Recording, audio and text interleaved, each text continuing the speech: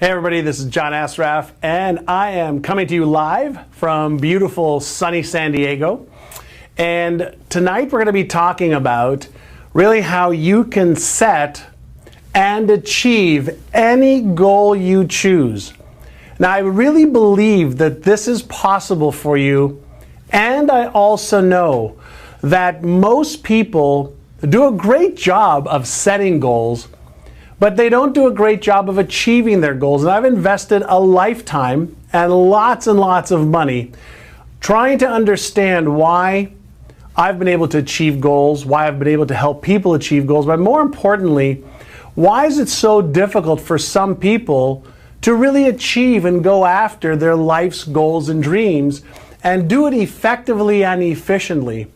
Now, I made you several promises in inviting you to this live webcast, and no matter where you are in the world, I'm going to keep that promise. And here are the things that I shared with you. I shared with you why I believe that no matter how big your goals are right now, they're too small. They're way too small for most people. Now, I know some of you probably have big, grandiose goals, and congratulations to you. Number two, I want to share with you several of the fundamental errors, mistakes that people make when they're setting their goals and how you can avoid them. Number three, I said that you can learn how to earn 3 to 5 times, maybe 10 times more income in the next 12 months. And I don't like to say in the next, weekend or 30 days or 90 days, because we need some time to help you really understand the goal setting process and the goal achieving process. Two different processes. And then, how do you attract? Through either the law of attraction, the right people, tools, resources, and everything you need in order to really make your life the masterpiece that you want it to be, and more importantly, how do you feel proud of yourself that your life has purpose and meaning? After all, the reason that most of us want to achieve certain things in our life is so that we can feel like our life has purpose and meaning. And what I can share with you is that my journey to learning how to set and achieve goals came around 31 years ago when I was 19 years old, and I was getting myself into an enormous amount of trouble in Montreal, Canada.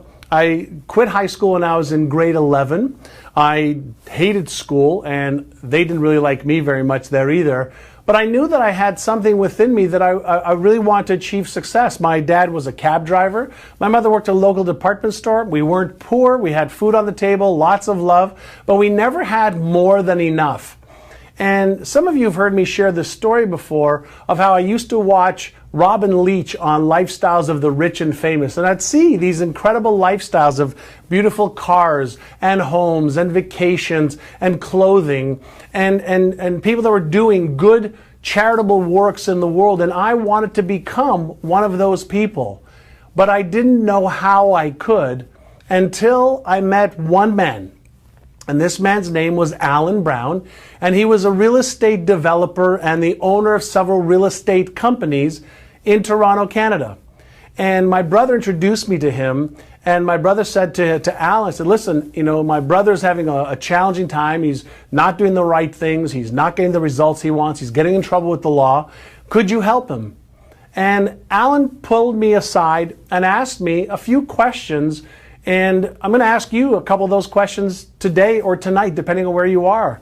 But the first question he asked me was this. He said to me, are you interested in becoming a millionaire and becoming a good person? I wasn't a really good person at the time. And he said, are you interested, or are you committed to really achieving some grand goals and making something worthwhile with your life? And I asked him this question. After he asked me that question, I said to him, Alan, what's the difference between whether I'm interested or whether I'm committed? And he said to me something that stayed with me for 31 years, that hopefully will stay with you for a long time. He said, the difference between interest and commitment is this.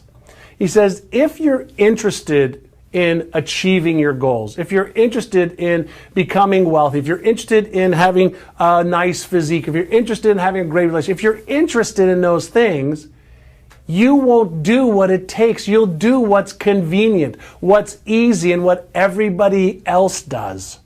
He said, however, if you make the decision to be committed, then you will be able to achieve whatever goals you want to achieve no matter what.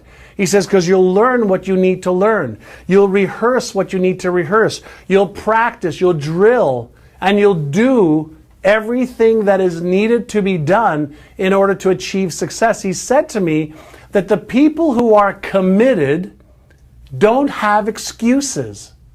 They relentlessly give up all of the excuses and the reasons why their life or their circumstances are the way they are. They stop blaming other people. They start blaming their circumstances. They stop blaming their economy. They stop blaming their lack of knowledge, lack of education. They stop blaming all the reasons why and all the references and stories that they have, and they put all of their attention and focus on how they will and how they can achieve their goals. And with that, I want to really help you understand that at 19, I really didn't ever have anybody who taught me how to set my goals, how to create all the plans that are needed. I'm going to share with you some things tonight that'll make it easier for you not just to set your goals, but to understand the different pieces of what you must do and must have in order to become a goal achiever as opposed to a goal setter. Now, I believe that 3 or 4, maybe 5% of the world's population really knows how to set and achieve goals properly. And I believe that because we've never been taught, that most people hope that they achieve their goals. Now, I often say that most people suffer from a drug disease called hopium. And I also say that hope is not a good strategy. I want you to have big goals, big dreams, but I want you to back it up with a process and a way to achieve those goals and dreams so that it becomes more of a reality than a dream, more of something that's a probability instead of a possibility. So how do you do that? How do you really make the jump, the leap from a goal setter and hoper and dreamer and wisher to somebody who actually is an achiever? Well, one of the first things that Alan Brown said to me was that at the pyramid of your goals, you have to start with absolute precision on exactly what it is you want to achieve. So if you think about your goals as your bullseye, what is going to give you the focus of exactly what you're committed to achieving in the different areas of your life? So you look at what specifically do you want to achieve in your health? And so you can have spiritual health, physical health, emotional health. What is the bullseye? How will you know when you've achieved your health goals?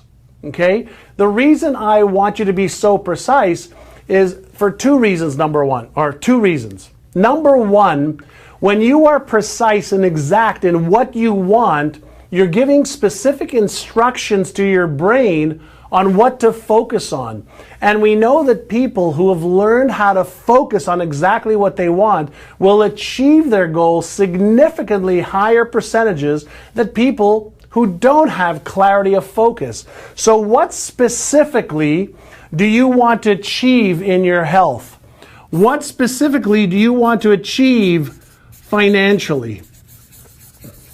So how much money do you want to earn in the next 6 months, in the next 12 months, in the next 36 months? See, I want you to choose goal or a goal that you've never achieved before. The number one mistake that people make when setting their goals is they look at their present circumstances, like their bank account or the amount of business they have coming in or their job, and they allow all of the present circumstances or their past history to dictate what they can do today, tomorrow, next week, or the future. So mistake number one is do not allow your past or present circumstances to control your thinking or your goal setting part of this process. You cannot do that, because when you look at what you've got, or you look at the economy, you look at the past, and you focus on that, you are neurologically, physiologically, biologically, and everything else you can think of, creating more of the same. So what I want you to do is I want you to set a goal you don't know how to achieve. I want you to set a goal that actually scares you a little bit. How do I know, and how do you know when a goal scares you? You're going to feel uncomfortable. You're going to feel doubts and fears and maybe even a little anxiety, which means you're out of your comfort zone. That is good, not bad. So number one is you start with specific goals for health, for your finances, for your debt-free day. What day are you going to be debt-free? What's your net worth going to be? What about your spiritual goals? What do you want to achieve spiritually? What do you want to achieve in your business or career, specifically and precisely? What are you going to achieve in your relationships? What are you going to achieve in your legacy, your charitable contributions of your time and finances? So when you start with setting goals, the number one most important part of achieving goals is setting the perfect bullseye of exactly what you want to achieve. When I was 19, and Alan Brown had me start with setting my goals for health, wealth, relationships, career, business, charity, etc., I had no idea how I was going to achieve it. I had no idea what I could put down on the piece of paper. But he said to me that just the act of writing down what you want to achieve will send a neurological message to your brain. And if you focus on that every single day, and you walk through the process I'm going to show you in just a moment, you'll be able to get your brain, your emotions, and your body in line with these goals. And then that's when the magic starts to happen. So number one is clarity and precision of exactly, specifically what you want to achieve. It'll have amazing neurological implications. And for those of you who are into the law of attraction, at the end of this, I'm going to share with you something a little bit different than the law of attraction, but it's the law of your brain. It's the law of how the universe responds to the 100 trillion cells in your body when you focus on what it is that you want. So step one is the clarity, precision of exactly what you want, and you never, ever, ever allow your old circumstances, your old reality to come into play when you're setting a vision for your future. So that's step number one. Now over here I've got S, T, and P, and that's not some company. S, T, and P. For every goal that you want to have, I am not a big believer in just having the goal. The S stands for strategies. The T stands for tactics, and the P, okay? P stands for process. Strategies, tactics, and process. Now, what does that mean? Every single goal that you want to achieve, no matter what goal it is, there's already a blueprint of what you can do and should do, which are the strategies and tactics. And there's a process by which you can follow. So for example, if you want to lose weight, there is a strategy that you can implement around what you should eat, how much of it you should eat, when you should eat it by. There are tactics that you can utilize every single day in order to accelerate your metabolic rate. There are tactics that you can utilize in order to speed up your weight loss process. By the same token, if you want to earn 2 or 3 or 4 or 5 times more income than you're earning right now, you have to A, focus on that, and you have to develop a plan of strategies, tactics, and process. Now, why do I say this? I say this because most people, when I look at their results, and I look at their life, and I look at what they do every single day, every single week, very few people have got any strategy. They're using a lot of tactics, some process, but they haven't really thought of a cohesive, coherent way to implement a strategy to achieve the goal. And without strategy, you're using hope. And hope, we know, doesn't yield great results. So let me give you some examples of when I was 19. I'm going to take you all the way back to 19, not to now. Well, people think, well, you're doing great now and you make millions of dollars and that's easy for you. But I want to take you back to when I didn't make millions of dollars. All right? I set a goal back when I was 19 to make $30,000 a year. And my strategy selling real estate, okay, was to call 100 people a day. 100 people a day. The tactic that I used was to offer them a free home assessment and to offer them, for us to bring our clients to them. And the process that I used was that every day I would cut out the numbers of people who were trying to sell their home privately, or that homes were for sale that had expired with another real estate company, or I would take the telephone, yellow pages, and I would go through name number 1, the name number 2, name number 3, name number 4. So the goal was $30,000 in a year. The strategy was the telephone sales. The tactics was to try and get in the house to introduce our company, introduce our buys there. And the process was 100 calls every single morning between 8:30 and 10:30, 11 o'clock. And so it wasn't a matter of rocket scientists. It was a matter of doing the right things in the right order every single day. And so you have to develop for every one of your goals, how specifically am I going to achieve them? Now, some of you may be thinking, I don't know how. If I knew how, I would do it.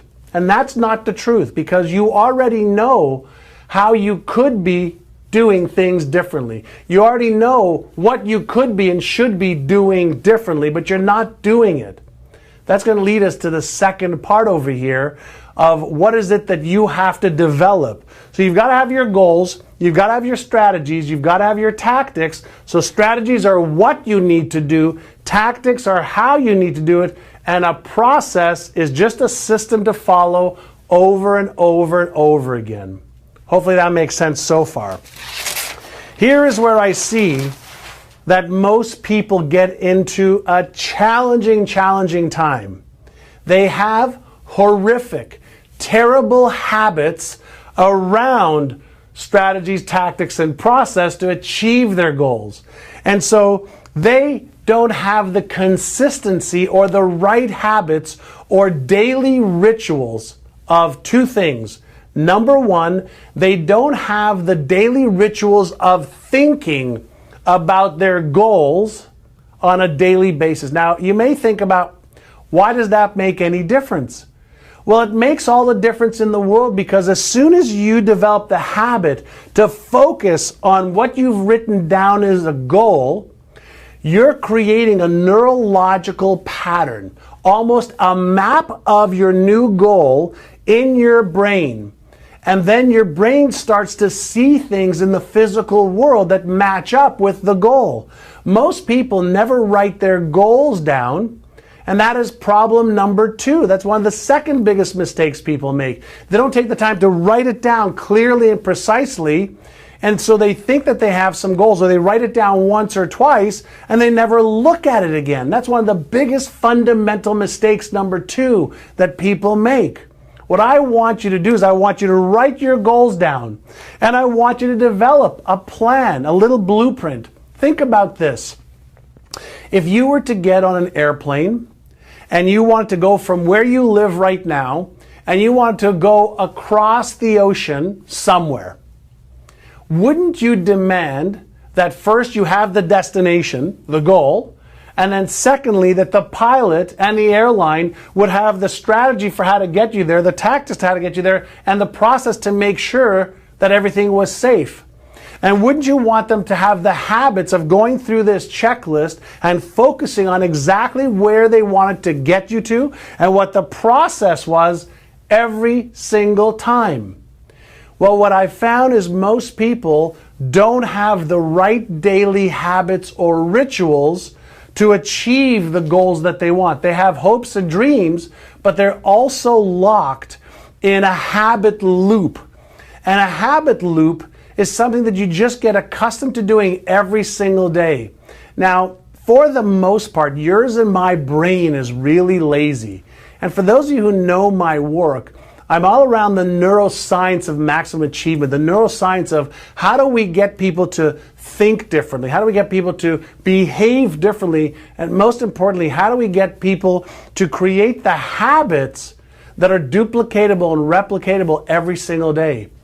And one of the things that I can share with you based on the latest neuroscience research is that the habits that you have right now are specifically geared towards helping you achieve everything you've achieved right now. So if you want to break free to 2 or 3 or 4 or 5 times more income, or a different, weight, or a better relationship, you have to break the habit loop that is causing you to think and behave a certain way. And let me share with you a very simple process. Every day when you wake up, whatever time it is, certain things are triggered, and you have the same triggers that causes the same routines that give you the same rewards. So you have a trigger, a routine, and a reward. Now, what is a trigger? A trigger can be waking up. A trigger can be the phone ring. A trigger can be you wanting, coffee. Okay, because you're used to getting coffee every single morning. Well, if you can learn that all habits are triggers, routines, and rewards neurologically, something triggers you thinking a certain way, something triggers you behaving a certain way, and that behavior gives you a reward. When you understand how to identify your triggers and you understand how to change your routine, all of the latest research suggests that we don't have to change the trigger or the reward. But if you can change the routine, then you can keep the ends of the trigger and the reward the same. So what does that look like?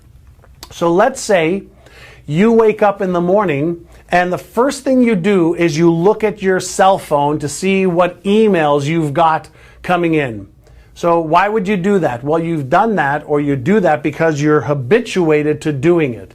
So there is a trigger, a routine, and a reward. So every time you look at it and you communicate, whether it's text or whether it's responding to an email or checking the news or a sports score that you like, something triggers it, you pay attention, you do the routine, and you get the reward of getting that satisfaction, that satiation point. Well, one of the things that we know you have to do in order to earn 2 or 3 or 4 or 5 times more income is you have to break the habit of being yourself. All of your habits you have garnered and gained over the last 10, 20, 30, 40, 50 years. And so in order to achieve a different result, you have to break the habits that have got you thinking and behaving the same way every single day, every single week, every single month. If you set goals and you create the strategies, the tactics, and the processes, these are all left brain, we call deductive reasoning abilities or imaginative abilities. But the habits are what drives the behavior every single day. And so when we talk about achieving goals, this part of the equation up here is the setting of the goals and setting of the plan. Most people stop right over here. Or they think that if they set their goals, that habits are going to automatically follow.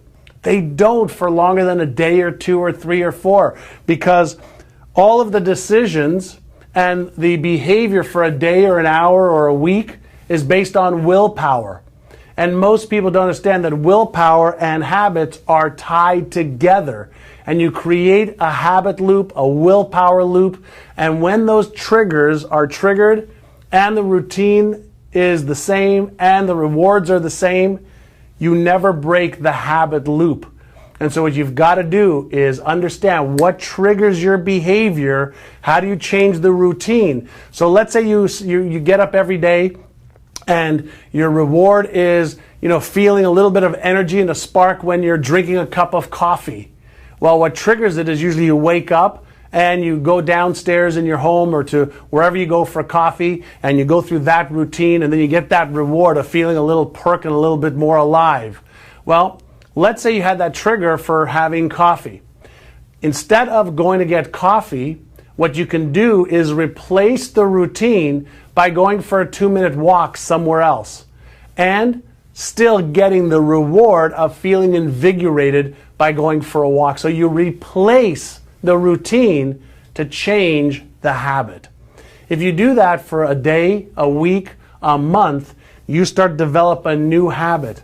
Now, what you want to do is develop the new habits that'll make it easier for you to implement the strategies, the tactics, and the processes. And you have to develop something called awareness first.